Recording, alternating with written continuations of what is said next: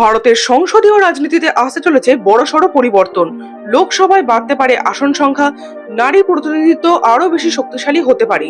বৃহস্পতিবার লোকসভায় কেন্দ্রীয় আইনমন্ত্রী অর্জুন রাম মেঘওয়াল জানিয়েছেন, ভবিষ্যতে দেশের প্রতিটি রাজ্যের সংসদীয় আসন সংখ্যা প্রায় 50% পর্যন্ত বৃদ্ধির পরিকল্পনা করা হয়েছে। এই পরিকল্পনা বাস্তবায়িত হলে লোকসভার মোট আসন সংখ্যা গিয়ে দাঁড়াবে 815-তে, যার মধ্যে থেকে 272টি নারীদের জন্য সংরক্ষিত রাখার পরিকল্পনা করা হয়েছে।